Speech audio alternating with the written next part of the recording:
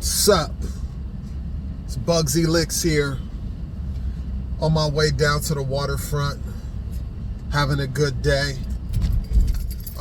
Just wanted to spark up some controversy real quick regarding the Jaguar Wright situation. I'm in this Benz, so it's going to definitely tell me to put my seatbelt on. These cars is a lot smarter than us nowadays. So yeah, I seen Jaguar Wright's most recent interview. So just go check that out. I'll try to leave a link in the description so you guys know specifically which interview I'm talking about. She was on the blue couch again.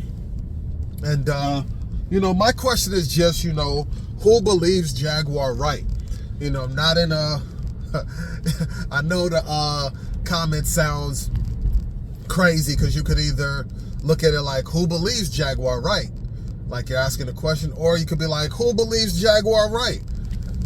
I mean it the first way. Like, who really believes Jaguar Wright as far as when you hear the information, you just take it as 100% truth, nothing watered down, nothing filtered, just hard body facts? Or are you like a skeptic? Oh, who believes Jaguar Wright? How does she know all this stuff and da-da-da-da? Which one are you? So basically, my question is to the last interview she did. She elaborated on a lot of stuff that she'd already talked about 3 years ago.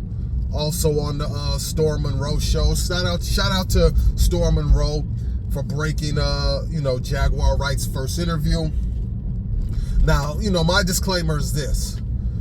Right, wrong, or indifferent, unless it deals with kids or mothers or women, I don't want no black man to go to jail. So I'm not praising her on the fact of that. But I am praising her for on the courage. And if she is telling the truth, and if there was any women, kids, or mothers involved in being harmed by anybody that she's exposing. So, I just wanted to put that disclaimer out there. But, yeah, like, when you hear this new interview, which I'm sure most of you guys had, I think it was up to like 600,000 by the time I watched it yesterday, that, a lot of the stuff she was saying before has been proven. She had told Carisha, run as fast as Cassie did. And now Carisha's all in the news as being, part of the S3 trafficking situation with Diddy. And she mentioned Cassie at the same time as she mentioned Carisha. So, and obviously Cassie got 30 mil from the lawsuit against Diddy. So it's not really like that she was just guessing or just trying to mention people that were near Diddy. Or why would she even single out Diddy if she didn't know certain information? She goes on to, in this particular interview, to say that she's been to a lot of the Diddy parties. So, a lot of people that I've watched interviews of, including Lecrae, had wild stuff to say happened at Diddy parties. Keefe D had even said that, Diddy and Tupac at one time looked like they were a couple at the party, which he didn't really elaborate on it, but it just sounded strange to hear a gangster like Keefe D say that.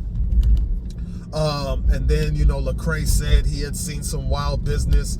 He was downstairs in the studio, came upstairs around midnight or later, and just saw the wildest situation that he had ever seen at a Diddy party. And then, Jaguar didn't really elaborate on what she saw at the parties, but she's been very vocal about, the type of people that were there and the type of people that are pretending to be one way, but really are another way. And then, she just really got very vulgar in the interview, in this latest interview, to really just call people what she felt like they were, and I don't mind that in regards to if she's had run-ins with, I think she mentioned Gabrielle Union. If she's had run-ins or beefs with these people, I know Gabrielle had said something along the lines of Jaguar Wright was jealous of her or what have you. I didn't watch that interview, so I'm just paraphrasing what Jaguar claims.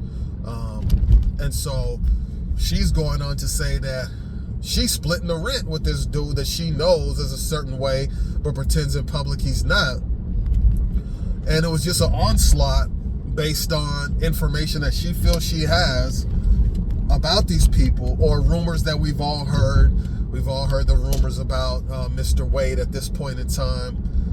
Then she goes on to talk about ODB, not Old Dirty Bastard, but Odell Beckham and Justin Bieber.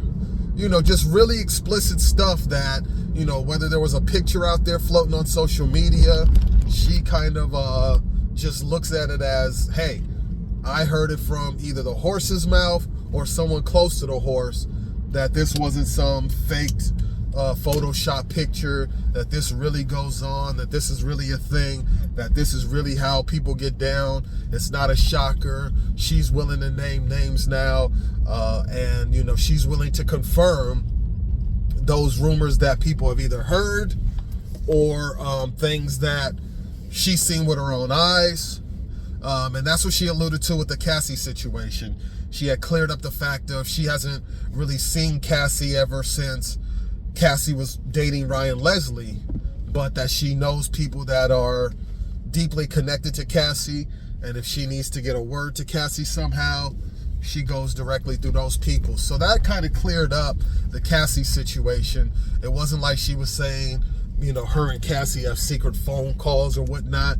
It was just her saying, I know people in this person's camp as well as them knowing people that I know, so we have ways to talk without talking. And so, you know, I was happy to hear that part of how she gets her information, or how she knows some things behind the scenes that the average person wouldn't know. Now, keep in mind, you know, she was part of the Unplugged live performance with Jay-Z. On a recent interview I was watching of Dame Dash, he was asked by, who was he asked by? Goodness, I just watched this thing too. That's neither here nor there. He was asked if he knew who Jaguar Wright was. And he kind of, you know, his body language changed, but he did admit to knowing her and said that she was a part of Unplugged.